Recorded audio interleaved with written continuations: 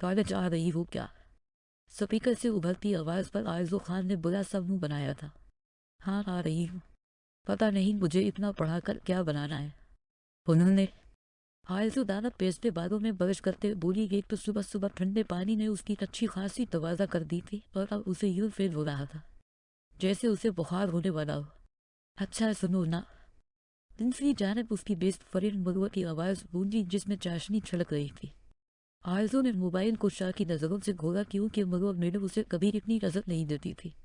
سناؤ جی۔ بالوں کی ہائی پونی ٹیل بنائے آرزو نے ایسے آبرو پھایا جیسے وہ سامنے ہو۔ تم اپنے اس کزن کے ساتھ آنا پلیز۔ دوسری جانب مروہ لب دانتوں تلے دبا کر بولی۔ اس کی بات سنتے آرزو کے ذہن میں پگلے صبح کا سارا واقع گھوم گیا۔ اس نے دانا پیستے وسا ضبط کیا تو عزت کی وجہ تھی۔ دو کے مر جاؤ تو مجھے لگا تم مجھے بس کر رہی ہوگی۔ کتنا ہی شوق ہے تو ایسا کرو، اس دانیال کے بچے کو کنیک کروا دو، قسم سے 1 روپیہ بنا دینا بے شک۔ آرزو تڑپ کر بولی۔ مروہ کی بات سنتے اسے چڑھ مچی تھی کیونکہ مروہ میڈم کو دانیال سفیر خان کسی شہزادے سے کم نہیں لگتا تھا۔ تم تو بے عقل ہو، بدتمیز لڑکی کتنا ہنسن ہے۔ وہ جب ایک نظر سنجیدگی سے دیکھتا ہے دل دھڑکا جاتا ہے۔ قسم سے، مروہ حسرت سے بولی۔ اس کی بات پر آرزو نے گندا سا منہ بنایا تھا۔ ہاں ایک بار اس جاہل کی پابندیاں بھی دیکھ لو، پھر میں دیکھتی ہوں کس طرح تمہیں ہینڈسم لگتا ہے۔ وہ اوپر سے اس کی ہائٹ اسے دیکھنے کے لیے کسی ٹیبل پر چڑھنا پڑے۔ آرزو گلے میں پٹی سیٹ کے بول رہی تھی۔ اس کی باتوں نے صاف دانیال سفیر خان کے لیے ناپسندیدگی تھی جس پر مروہ ماتھا پیٹ کر رہ دے۔ اور تم تو بتا رہی تھی تمہاری بات پکی ہو گئی ہے، منگنی ہونے والی ہے، تمہاری کچھ شرم ہے کر لو تم۔ آرزو نے موبائل اٹھا کر کان کو لگایا۔ دوسری جانب مروہ نے دانتوں تلے لب دبائے۔ ہاں تو اس میں کیا ہے، میرا کرش ہے وہ اور ہمیشہ رہے گا، مروہ نے عام سے لہجے میں کہا۔ جیسے سنتے آرزو نے غصے سے فون کان سے ہٹائے، فون کو گھورا۔ اللہ کرے اس کرش کی وجہ سے تم کرش ہو جاؤ، آرزو نے نفوت سے کہتے فون کھٹاک سے بند کیا اور اپنے اوپر شال لپیٹ لی۔ ایک نظر بیڈ پر پڑی دانیال خان کی شال کو دیکھا اور آرزو کا دل کیا اس شال کو آگ لگا دے۔ ویسے بھی ابھی اس چیز کا بدلہ باقی تھا جو دانیال اس کے ساتھ صبح کر چکا تھا۔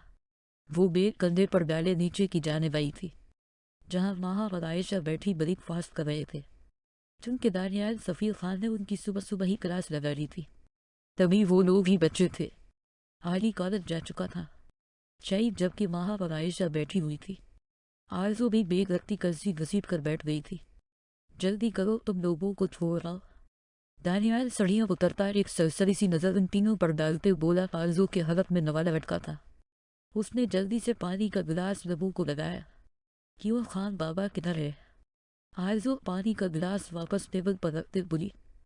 وہ کسی ضروری کام سے گئے ہے اور آج سے تم لوگوں کو میں ہی پر کینٹ ڈراپ کروں گا۔ وہ کف لنکس ٹھیک کرتا ناشتے کی ٹیبل پر بیٹھ گیا۔ اس کی بات سنتے آرزو نے کڑوا سا منہ بنایا جبکہ ماہا اور عائشہ ناشتے کی آخری بائٹ لے کر اٹھ گئی۔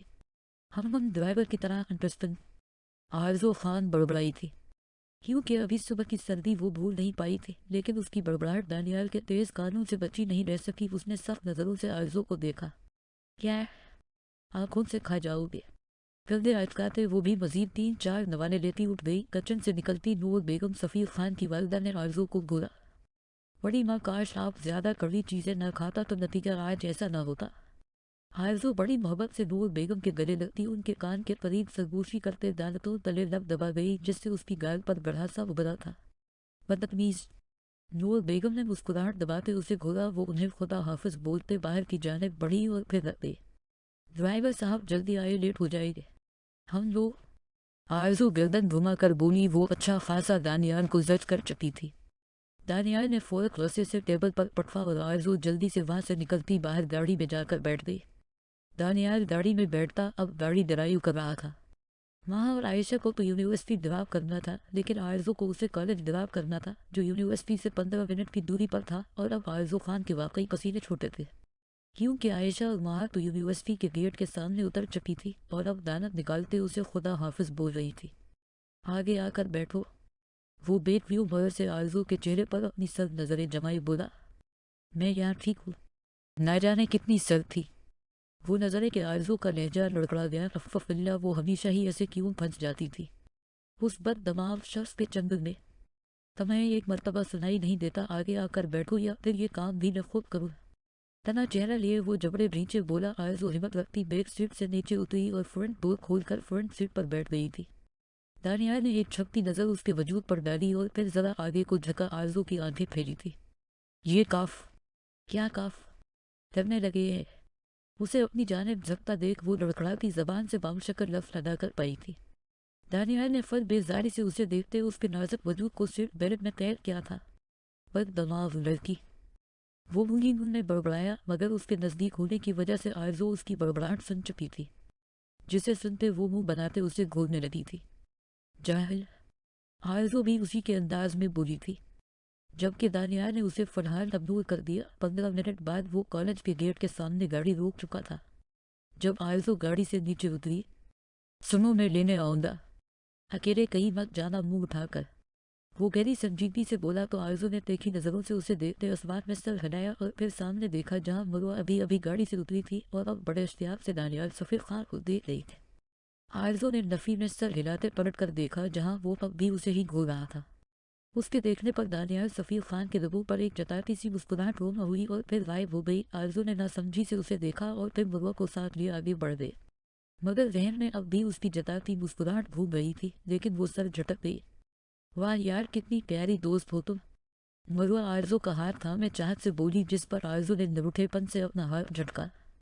दफा हो जाओ तुम, पता नहीं कौन सा भूत सवार रहता है तुम पर, आरज़ू गले बोली थी, जबकि मरुआ अब भी खुशी से चमकती आंखों से उसे देख रही थी। यार कितनी खुशकिस्मत हो तुम, रोज़ तुम्हें उसका दीदार करने को मिलता है, मरुआ खुशी छिलकाते लहजे में बोली, जिस पर आरज़ू ने आंखें छोटी करते उसे घोरा। दफा दूर, वो भी और तुम भी, काला मुंह ले पे। आरज़ू पेड़ पटकती क्लास में चली गई, जबकि उसके जूले पर मरुआ ने हाथ आगे करते अपने सफ़ेद रंगत वाले हाथों को देखा। आरज़ू सुनो तो, और फिर वो भी उसके पीछे जाती क्लास रूम में कहीं गम हो गई। तो क्या मिला तुम्हें कासुन? अलेक्जेंडर ने खाकी लिफाफे पर नजर टिकाई पूछा था। वो इस वक्त ब्लैक शर्ट पर ब्लैक ही पेंट पहने डांग कोट से अपने वजूद को छुपाए हुए था और सर पर हेड कुछ इस अंदाज से सेट थी कि वो आधी सर पर थी और आधी इसके चेहरे पर उसके स्याह होंठ वाज़ा हो रहे थे, जिन पर एक मुदाम रोशनी पड़ती उन्हें वाज़ा करने की कोशिश करे। वो अपनी फैमिली के साथ रहती है, जवाइन फैमिली है उनकी, और उसकी एक बेटी भी है, शायद वो तुम्हारे काम आ जाए। कासिम ने सर को हिलाते पुरसोच अंदाज में कहा। हमन बेटी, वो संजीदगी से बोला, मगर कासिम उसकी संजीदगी में अच्छी सफाकत को भरपूर तौर पर महसूस कर सकता था। ये है बेटी, और हाँ अलेक्जेंडर, ध्यान रखना और ये भी याद रखो वो एक कमिश्नर की बेटी है। वो सिर्फ सफ़िया फैज़ खान की बेटी नहीं है, वो अब सफ़िया फैज़ खान और कमिश्नर जमशीद खान की बेटी है। तुम नौत की राह पर चलने से पहले सोच ज़रूर लेना।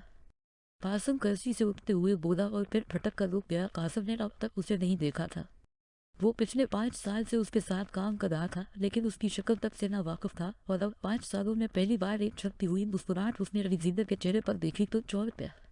अलेक्जेंडर ने वो खाकी लिफाफा खोला और उसमें से एक हंसती हुई तस्वीर बाहर निकाली और चलता हवा रिवाल्विंग चेयर पर जा बैठा। अब चेयर की पश्त कासिम की तरफ थी। मुझे मौत पसंद आई, वो कहकहा लगाकर हंसा था। वो वहशत से लबरीज कहकहा था। उसने बेसाख्ता ही टेबल हर धरी रिवाल्वर उठाकर दीवार में 2 गोलियां पेश कर दी। दोबारा मुझे डराने की कोशिश मत करना कासिम, वरना ये गोलियां मैं दीवार पर नहीं मारूंगा। सर्द आवाज ने एक पल को कासिम को गड़बड़ा कर रख दिया। वो हलक करते कर्सी की पश्त को देखने लगा था और फिर वहां से बाहर निकल गया। माहर जमशीद खान, उसने पब की बैक साइड को देखा और फिर उसके लबों से पहली बार किसी लड़की का नाम यूं तनिसत से निकला था। उसने तस्वीर को अपने मोबाइल में कैप्चर किया था और कर्सी की पश्त पर सर टका लिया। अब अलेक्जेंडर के चेहरे पर एक दर्द सा बिखर गया था। यार कब तक वेट करती रहोगी? मरुआ ने उसका बाजू पकड़े झंझुआ, जो इस वक्त रस्से से भरी पड़ी थी, जब तक वो लाट साहब तशरीफ नहीं लाते। आरज़ू मुसलसल पिछले 1 घंटे से बाहर खड़ी दानियाल का वेट कर रही थी। ठंडी हवाएं जिसके वजूद में कपकपी तारी कर रही थी। उसके अकेले रह जाने की वजह से मरुआ भी उसके साथ खड़ी थी, पर थोड़े फासले पर उसका भाई गाड़ी से टेक लगाए मोबाइल में बजी था। यार मैं तुम्हें छोड़ देती हूँ, मरुआ फिक्रमंदी से बोली। आरज़ू ने नफ़ी में सर हिलाया। 10 मिनट पर वेट कर लेने दो। आरज़ू कलाई पर बंदी रेस्ट वॉच को देखते बेजारी से बोली। वसे से दिमाग भटक रहा था। वो लब नीचे खड़ी थी। आहिस्ता आहिस्ता तो सारी कॉलेज की लड़कियां जा चुकी थी और अब वहाँ मरुआ और आरज़ू ही बची थी। मुंह उठाकर मत चली जाना जाए गई का। आरज़ू उसकी सुबह वाली बात पर नकल उतारते बोली, आंखों में पानी सा भरने लगा था। आरज़ू चलो ना यार, भाई भी ना थकते। मरुआ ने उसे फिर से हालत लगाई थी। आरज़ू थक हार कर असबाब में सर हिला गई। वैसे भी अगर मरुआ भी चली जाती तो यहाँ वो और खौफ महसूस करती, और सर्दियों के दिन थे जो जल्द ही ढल जाते थे। आरज़ू मरुआ के साथ गाड़ी में बैठ गई थी। ये डर भी उसके वजूद में रफ्ता रफ्ता उतर रहा था। अगर उसके जाने के बाद दानियाल आ गया और उसे ना पाकर न जाने वो क्या पैगाम मचाएगा। फिर आरज़ू अपनी सोचों को झटकती अब बाहर देखने लगी थी। आयशा बढ़िया, कोई मसला तो नहीं हवा। दानियाल अजरब में घर में दाखिल होते पहली फुर्सत में हाल में बैठी अपनी छोटी बहन को देखते मसरूफ से अंदाज में बोला, नहीं भाई, हम केब लेकर आ गए। आयशा ने मुस्कुराकर जवाब दिया था। 2 घंटे पहले जब आयशा ने दानियाल को कॉल की थी कि उन्हें पक कर ले, तब दानियाल ने बता दिया था कि वो एक अहम मीटिंग में फंस गया है, इसलिए वो केब लेकर घर चली जाए और वहाँ से ड्राइवर को आरज़ू को लेने भी भेज दे। हम आरज़ू कहाँ है? इन दोनों को वहाँ बैठे देखे दानियाल को कुछ याद आया, तभी पूछ बैठा, आरज़ू अभी तक नहीं लाई क्या? वहाँ आरज़ू कहाँ है? आयशा ने इधर उधर देखते फिर साथ बैठी माँ को टोका दिया था जो मोबाइल में धन थी। यकदम सर उठाकर देखा। मुझे क्या पता, मैंने तुमसे कहा था दराइयों को बोझ दो, माँ ने धीमे लहजे में कहा। उसकी बात सुनते दानियाल ने लब भेजे इन दोनों को घोरा। वट द हेल इज़ दस, कहाँ ध्यान रहता है तुम दोनों का डेम पर। वो एक ज़रूरी फाइल लेने आया था और अब आरज़ू खान की घर में ना मौजूदगी ने उसका ध्यान बड़ी तरह खींच लिया था। दोपहर का वक्त था, सो घर की ख्वातीन आराम कर रही थी और मर्द अपने अपने काम पर थे। वो तेज़ी से बाहर निकला था। आयशा और माहा को भी अब फिक्र लाहक हुई थी। पता नहीं कहाँ होगी पागल लड़की। वो बड़बड़ाता हवा बाहर की जानिब लपका क्योंकि उसकी गाड़ी बाहर थी। अभी वो फ्रंट डोर खोले ड्राइविंग सीट पर बैठने ही वाला था जब एक काली मर्सिडीज कुछ फासले पर रखी। दानियाल ने बहुत छनकाती नजरों से उसमें से आरज़ू को बाहर निकलते देखा था। वो सख्ती से गाड़ी का डोर बंद कर दिया। आरज़ू आगे की जानिब बढ़ रही थी।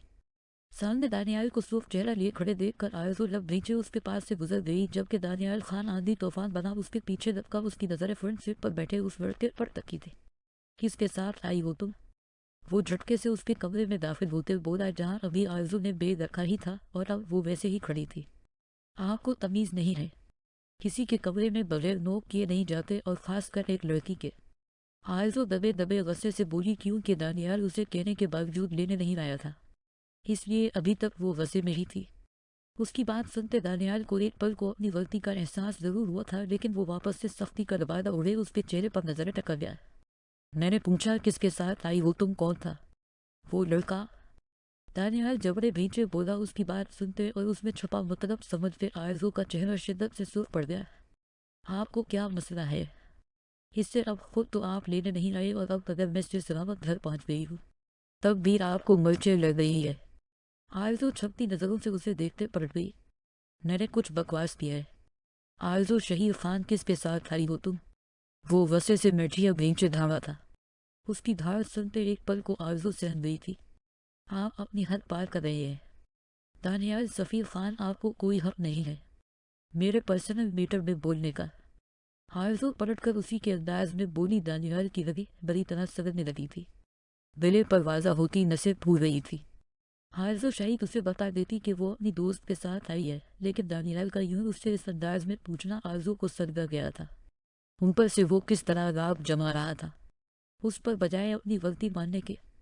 और तुम्हें भी कोई हक नहीं है आरज़ू खान यूं किसी की भी गाड़ी में मुंह उठाकर बैठकर घर आने का। वो सर्द होती आंखें उसकी हेजल आंखों में गाड़े बोला। आरज़ू ने लब भेज लिए, न चाहते हुए भी आंसू तोड़कर उसकी आंख से बह दे। Shut up Daniyal, just shut up. मैं आपकी हर बात सहती आई हूँ, लेकिन खबरदार अगर आपने मेरे करेक्टर पर उंगली उठाई ने हाथ काट दूंगी। आपके दानियाल। सफ़ीर खान अपनी आंखें चेक करवाए आप, बल्कि नहीं अपने दिमाग का इलाज करवाए आप, जिसने सिर्फ फ्रंट सीट पर बैठे लड़के को देखा था, बैक सीट पर बैठी उसकी बहन को नहीं। आंखों में सूफी लिए वो उंगली उठाकर बोली। उसके लहजे में एक तूफान किसी तो रैली थी। दानियाल मैठिया मजीद भींच गया। माथे पर 3 बल नमूदार हुए थे। रस्ते में उसने बैक सीट पर देखा ही नहीं था। चाहे तुम्हें मेरे इंतजार में कितना ही वक्त क्यों ना गुजारना पड़े, दोबारा किसी की गाड़ी में बैठकर मत आना आरज़ू खान, वरना फिर मैं वो करूँगा जो तुम हरगिज़ पसंद नहीं करोगी।